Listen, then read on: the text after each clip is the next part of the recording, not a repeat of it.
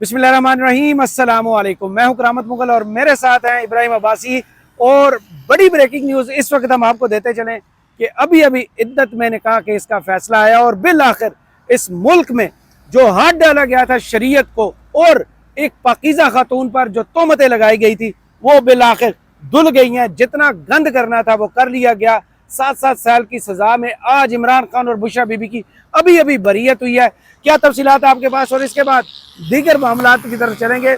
मैं लाउड इसलिए बोल रहा हूँ क्योंकि आपको पता है कि हम सड़क किनारे खड़े हैं इस वीडियो के लिए।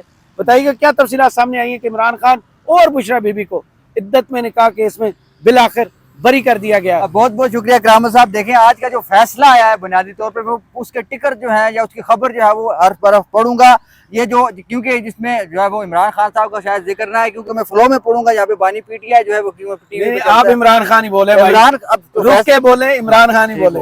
इमरान खान और बुशरा बीबी के खिलाफ दौरान इद्दत निकाह केस में सजा के खिलाफ अपीलें मंजूर हो गई हैं और अदालत ने इमरान खान और बुशरा बीबी को दौरान इद्दत निकाह केस में बरी कर दिया। डिस्ट्रिक्ट एंड एडिशनल सेशन जज अफजल मजूका ने महफूज फैसला जो आज ही महफूज किया था उन्होंने सुना दिया है। अपीलें मंजूर होने पर ट्रायल कोर्ट का फैसला जो है वो कलअदम करार दे दिया है।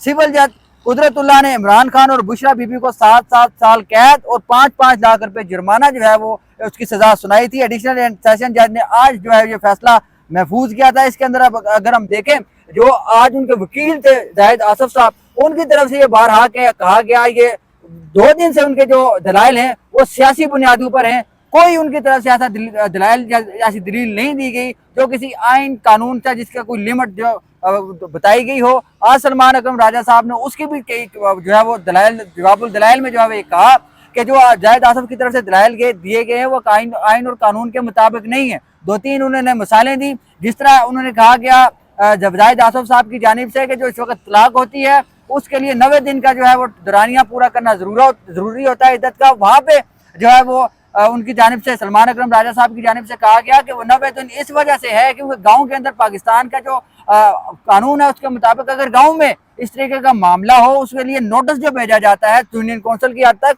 वो देना जरूरी होता है। इस मामले के अंदर तो इमरान खान साहब की तरफ से या बुशरा बीबी को इस तरह का कोई नोटिस ही नहीं आया।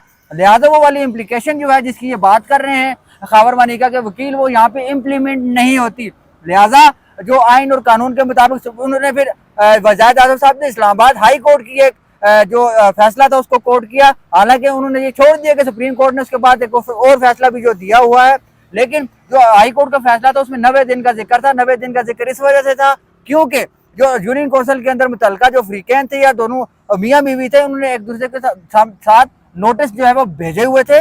इस बुनियाद के ऊपर वो 90 दिन का वहाँ पे जिक्र किया गया। दूसरी जो सुप्रीम कोर्ट का जो फैसला है 1980 या 84 का मुझे सन याद नहीं है, उसने ये कहा गया है कि जो माहवारियाँ जो होती हैं 3 वो औरत को पूरी करनी होती है। सबसे बड़ी बात इस मसले के अंदर वो ये थी कि खातून जो होगी जो उसकी गवाही ही मोतबर फाइनल होगी। आइन और कानून भी यही बात करता है, अब कुरान और शरीयत भी यही बात करती है। इस मुतल्लिक अहमद रजा साहब ने आपको यकीन आपके सामने साहबजादा अहमद रजा उनके मुख्तलिफ फिक्के जो थे उनकी तरफ से जो है वो एक डॉक्यूमेंट के तौर पर सारी जो प्रेस कॉन्फ्रेंस भी की थी और डॉक्यूमेंट भी था वो भी जमा करवाया गया। अलबत्ता आज के फैसले से ये चीज वाज़ेह हो गई जो तलाकनामा दिया गया था वो उसकी ओरिजिनल फोटो कॉपी भी नहीं थी, उसको टेम्पर किया गया था ये खावर मानिका साहब की जानिब से जिसको लाके अदालत में पेश किया गया।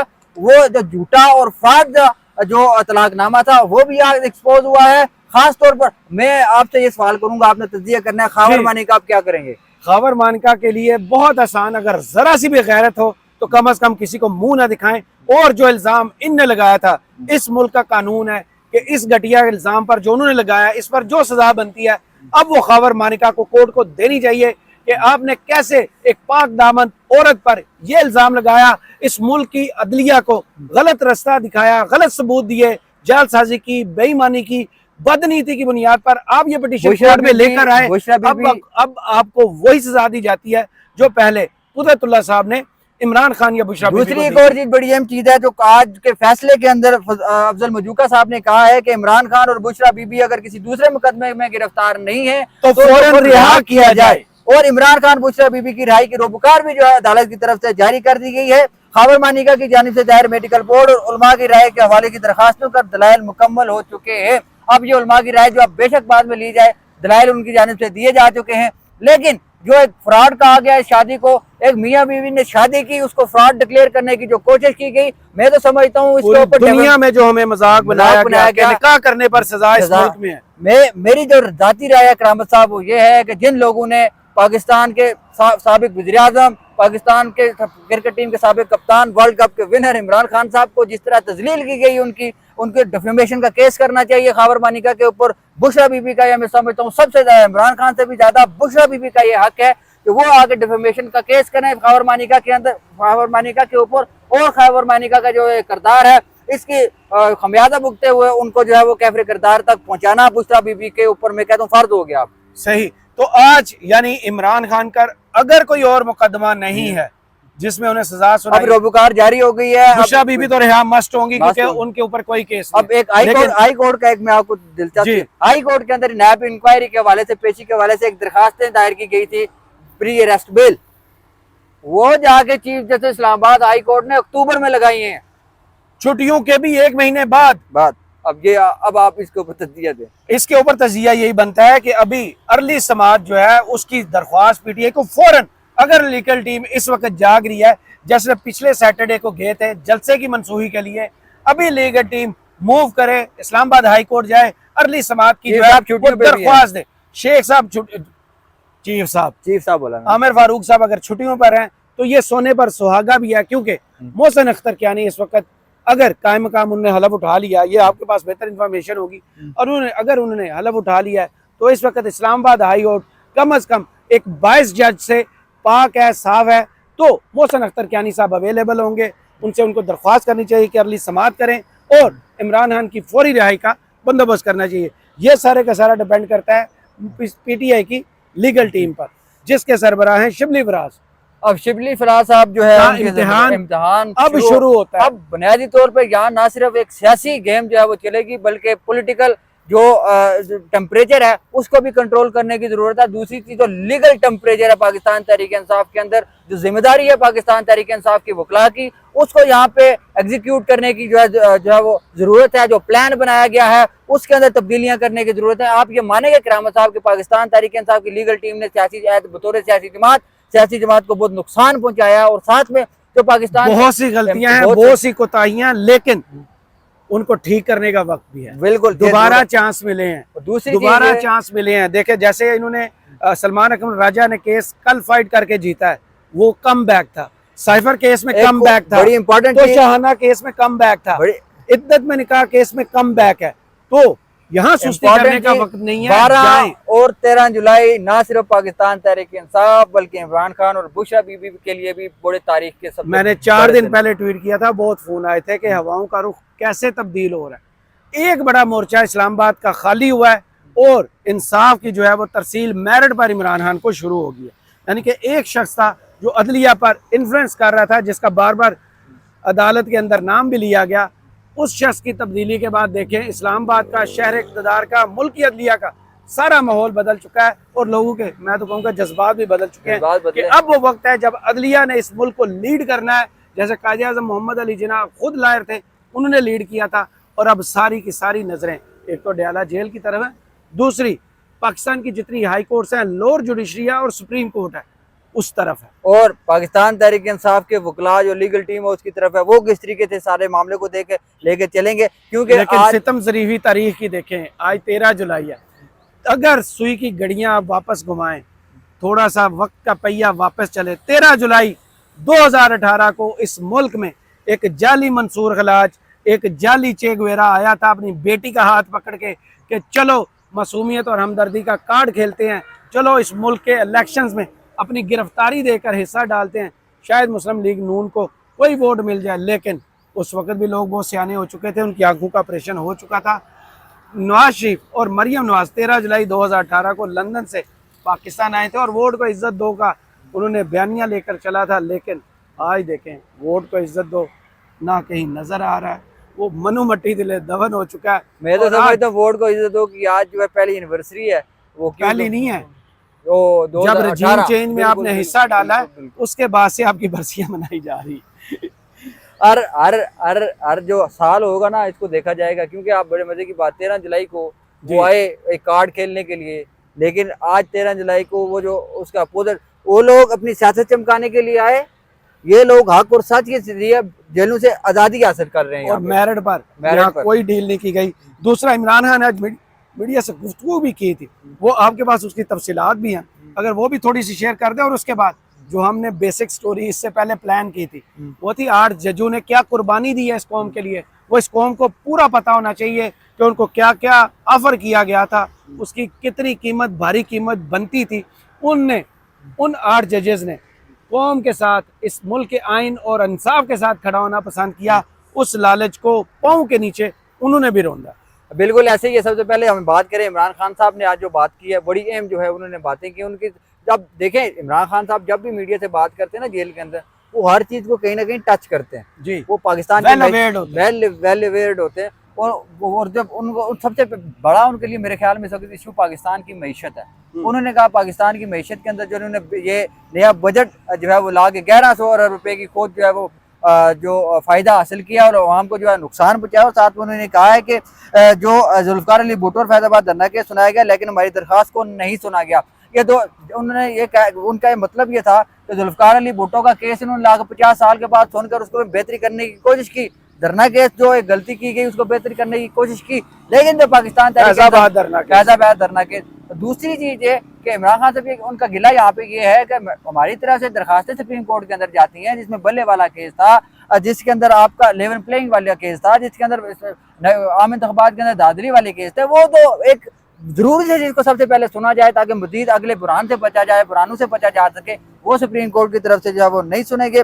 इसके बाद ये उन्होंने कहा कि सुप्रीम कोर्ट के जजेस रूल ऑफ लॉ के लिए खड़े हुए हैं, फैसले से कौम की उम्मीदें बहाल हुई, इसमें कोई शक नहीं। खान साहब की ये बात, क्योंकि उस दिन उन्होंने सजदा शुक्र भी किया था, उन्हें नवाफिल अदा किए थे अडयाला जेल के अंदर। कौम का इन जजेस के साथ खड़ा होना चाहिए जो हाई कोर्ट के और सुप्रीम कोर्ट के जजेस हैं। अब देखें, ये चीज खान साहब की ये चीज रिफ्लेक्ट कर रही है कि खान साहब को इस चीज का अंदाजा था कि कहीं ना कहीं से जजेस को प्रेशराइज किया जाएगा और अपने मन मर्जी के फैसले जो हैं वो हासिल किए जाएंगे, नजरिया ज़रूरत के तहत फैसले हासिल किए जाएंगे। और उन 24 करोड़ अवाम का हक दबाने के लिए उनकी जो मखसूस नशिस्तें हैं सियासी जमात की, पाकिस्तान तहरीक इंसाफ की, उनको दबाने के लिए, उनको हड़प करने के लिए कहीं ना कहीं से उनको प्रेशराइज किया जाएगा, ताकि जो मुस्तकबिल करीब में जाके आपको आइन के अंदर तरमीम करें, उस तरीके से अपने मर्जी से जो है वो आप किसी को जो है वो फ़ायदा दें, उससे फ़ायदा हासिल करें, इसको प्रमोट करें, उससे जो चाहते हैं आप करवा लें और अपनी मर्जी की कानून साजी करवा कर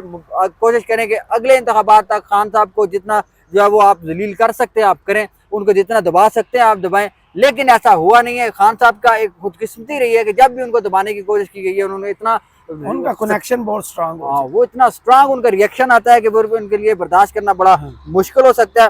और बड़ी अहम बात उन्होंने आज नवाज शरीफ साहब के हवाले से की। उन्होंने कहा है कि मैंने 2 साल क्रिकेट हिस्ट्री के अंदर ना इनकलाब लाया था। वो एम्पायर की बुनियादी तौर पर बात कर रहे थे। खान साहब न्यूट्रल एम्पायर, वो बड़ा ये इंटरनेशनल क्रिकेट भी इस चीज़ को मानते हैं। क्रिकेटर्स के इमरान खान साहब वाहिद ऐसे कप्तान थे जिन्होंने इंसाफ का किया, क्योंकि वेस्ट इंडीज के अंदर वो जो उनके जो एम्पायर होते थे वो बड़े बेईमान थे। तो इस वजह से उन्होंने देखा हुआ है, इंडिया में हमने देखा हुआ है, फिर वो इंग्लैंड में देखा हुआ है। फिर वो उन्होंने कहा जी कि आप कप्तान जो है आप न्यूट्रल लेके आए, बल्कि पाकिस्तान के खुद दूसरे वो कप्तान थे उन्होंने लाए। अब उन्होंने कहा नवाज शरीफ साहब जो है वो वाहिद ऐसा खिलाड़ी है जो अपने खरीदे हुए अंपायर के साथ खेलता है फिर भी हार जाता है। और दिलचस्प बात यह है कि उन्होंने जो आखिर पे जो बात की है ना, उसने मुझे बड़ा दिलचस्प वो मामला था। मैं बड़ा एंजॉय की इस बात। उन्होंने कहा कि मेरे पास बैरक के अंदर कोई बिल्ली भी आती है ना तो मुझे डर शुरू हो जाता है कि इस बिल्ली डेली मुझे आती है मेरे पास, मुझे डर है कि ये ना हो कि ये उसको भी कैद कर दे, उसको भी मेरे से दूर कर दे। ये असेसमेंट थी। राना सनाउल्लाह ने कल रात को जो अडयाला जेल में कार्रवाई डाली है, वो लोगों के पास बेहतर इंफॉर्मेशन होगी। जो सुपरिटेंडेंट जेल असद बड़ाई साहब है उनको चेंज कर दिया गया और फैसलाबाद से जेल सुपरिटेंडेंट को लाया गया। और इमरान खान ने जवाब भी दिया कि राना सनाउल्लाह कौन होता है जो कहने वाला कि मैं इमरान खान को जेल में रखूंगा। ये तो बाकी देखें आप, ये क्या देखिए सियासी कोई भी जब सियासी रहनुमा इस तरीके से बात करता है ना, इसकी रिफ्लेक्शन जो जाती है आवाम के अंदर, उसका ये कहता है कि वो बहुत ताकतवर है, वो जो चाहे वो कर सकता है। लेकिन जब उसके ऊपर बुरा वक्त आता है खुद जेल में जाके बैठा होता है। ये चीज़ें सियासतदानों को मेरा नहीं ख्याल कि वो उनको ये जेब देती को इस तरह की बातें करें। अब उनको पॉलिटिकली इस चीज को देखना चाहिए था। यहाँ पे उन्होंने अपने आप को ताकतवर शो करने की कोशिश की है। कल जिस वक्त वो खुदा ना खास्ता खुद जेल में होंगे, उस वक्त उनकी क्या हालत फिर होगी। चेहन निकले बीमार होंगे और फिर घर से घर- अब बताएं वो खास स्टोरी जो हमने रिसर्च बेस्ड तैयार की थी कि उन 8 जजों ने कितनी बड़ी कुर्बानी दी है। जो जुडिशियल पैकेज उनको ऑफर किया गया था, जो 3 साल की सर्विसेज, तनख्वाहें, क्या कुछ ऑफर किया था, उसका आपने एक एग्रीगेट एक अंदाजा लगाया था उस पर। देखिए जो अंदाजन अगर हम देखें ना, ये अंदाजन है, पहले आपको बताते हैं ये एग्जैक्ट वो अमाउंट नहीं है, क्योंकि वो हेडन ही होती है, वो पर्दे के पीछे होती है, किसी को आइडिया नहीं होता। जो बैंक में उनकी सैलरी ट्रांसफर करते हैं शायद उनको आइडिया, बाकी आइडिया बिल्कुल ऐसे ही है। अब सबसे जो पहले हम बात करेंगे जो इनको तनख्वाहें जो है मिलनी थी, एक महीने की जो 8 जजेस है ना जिन्होंने आईन और कानून के साथ जो खड़े हुए हैं, तो उनके नाम पहले अगर हम पढ़ लें जी प्लीज। उनमें सबसे पहले जस्टिस मंसूर अली शाह हैं, जस्टिस मरीब अख्तर हैं, जस्टिस मोहम्मद अली मदर हैं, जस्टिस आयशा मलिक हैं, और जस्टिस अतर मनिल्ला, इरफान सादत और जस्टिस शाहिद वहीद, जस्टिस हसन अजहर रिजवी साहब। ये जो 8 जजेस हैं जिन्होंने ये फैसला दिया था कि जो सीटें हैं वो पाकिस्तान तहरीक इंसाफ को मिले। अब जिस तरह मुबैना तौर पर यह कहा गया है कि उनको ऑफर्स की गई थी जुडिशियल पैकेज की सूरत में, अब इन्होंने किस किस चीज की कुर्बानी दी है आइन और कानून के लिए और इंसाफ के लिए, ये हर पाकिस्तानी को पता होना चाहिए। आप देखें जो इनकी मंथली जो तनख्वाह बनती है एक महीने की तमाम 8 जजेस की, वो तकरीबन 36 लाख रुपए बनती है। अगर आप इसको एक साल के ऊपर कंक्लूड करें तो ये बनती है 16 करोड़ 32 लाख रुपया। एक साल में ये 8 जजेस जो है वो तनख्वाहें लेते हैं। इसके साथ साथ 48 करोड़ रुपया इनकी सिर्फ तनख्वाहें जो है वो 3 साल की, उसमें जो है वो कौम के खजाने में बचत होगी। अगर ये इनको मिल जाता वो पैकेज जिन्होंने ये लेने की कोशिश की है, वो फिर 3 साल तक ये चीज़ें जो है वो इंजॉय कर सकते थे। उसके साथ साथ पेट्रोल जो है वो 600 लीटर जो है वो हर जज को महीने का जो है मिलता है। उस वाले से 4800 लीटर इनका महीने का तमाम जो है वो 8 जजेस को मिलना था। वो 57,600 जो है वो लीटर एक साल का पेट्रोल इन्होंने खाना, इसको 3 से ज़रब दे लें। बिल्कुल, इनको 3 से अगर आप ज़रब ले गए 1,72,809 लीटर जो है वो ये पेट्रोल जो है इन्होंने 3 साल के अंदर जो है वो कंज्यूम करना था इनकी गाड़ियों ने। और इसकी जो रकम की अगर आप बात करें, वो 4 करोड़ 57 लाख रुपए का जो पेट्रोल था वो बुनियादी तौर पर उसकी बचत होगी। इन जजेस को जो जुडिशियल पैकेज को इन्होंने जो है लात मारी है। ना सिर्फ सैलरी, 3 साल की जॉब की ऑफर वो उन्होंने ठुकराई है, 3 साल जुडिशियल कॉलोनी का वो घर उन्होंने ठुकराया, 3 साल जो उन्हें ये सर्विस आगे लेके जानी चाहिए वो ठुकराई है, 3 साल का प्रोटोकॉल जो जज इंजॉय करते हैं जुडिशियल पावर्स के साथ वो उन्होंने ठुकराई है। तो इस कौम को पता होना चाहिए कि जब जज खड़े हो जाए, जब अदलिया खड़ी हो जाए, तो फिर कौम कैसे हो सकता है कि उसको इंसाफ ना मिले। और इस मुल्क में जब इंसाफ होगा तो ये मुल्क तरक्की भी करेगा और दुनिया में इसकी इज्जत भी होगी। बिल्कुल, अब सारा अगर हम इसको मिलाएं तो ये सारा बनता है कि 5 अरब और 25 करोड़ रुपए की जो है वो 3 सालों के अंदर ये बचत होगी। अब जो चीफ जस्टिस साहब होते हैं उनको गाड़ी जो मिलती है 2400 सीसी जो है कार उनको दी जाती है, साथ प्रोटोकॉल अलग होता है। उसके साथ जो दीगर जो जजेज होते हैं सुप्रीम कोर्ट के, उसको 1800 सीसी की उनको 2 गाड़ियां दी जाती हैं साथ प्रोटोकॉल के साथ। अब मजे की मैं आपको बात बताऊं, जो तनख्वाहें वो एक्सटिमेटेड जो तनख्वाह बनती है वो सारी तकरीबन 9 से 10 लाख रुपए इनकी बनती है, ठीक है। उसके बाद जो सुप्रीम अदलिया का जो एक अलाउंस होता है वो तकरीबन 4.5-5 लाख रुपया वो होता है। और इसके अंदर अगर दिगर हम बात करें जो हाउस रेंट होता है वो 68,000 रुपया होता है एक सुप्रीम कोर्ट के जज का। और साथ में जो मेडिकल अलाउंस होता है वो बनता है तकरीबन इनका 69,000 रुपया या 68,000 रुपया, वो भी इसी जो है वो फिगर में है।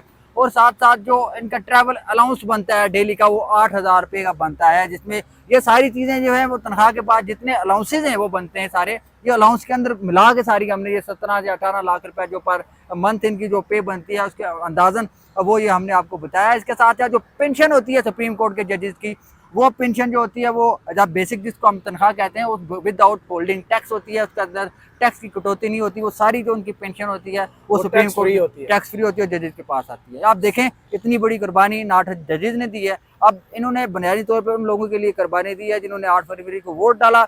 इनकी कुर्बानी उन लोगों के लिए है जिन्होंने अपने मुल्क के अंदर आइन और कानून की जो है वो बालादस्ती के लिए वोट डाला। इन लोगों की कुर्बानी उनके लिए है जिन लोगों ने इलेक्शन कमीशन को अपने वोट से एक्सपोज किया। इन जजेस की कुर्बानी उन लोगों के लिए है जिन्होंने पाकिस्तान के अंदर आइन और कानून की बालादस्ती के लिए अपनी जानें दांव पर लगाई, अपनी फैमिली की जो है वो कुर्बानियाँ दी और अपना मुश्किल वक्त जो है वो कई साल जो है 2 साल या 3 साल आप अगर आप कह दें वो मुश्किल वक्त में गुजारे।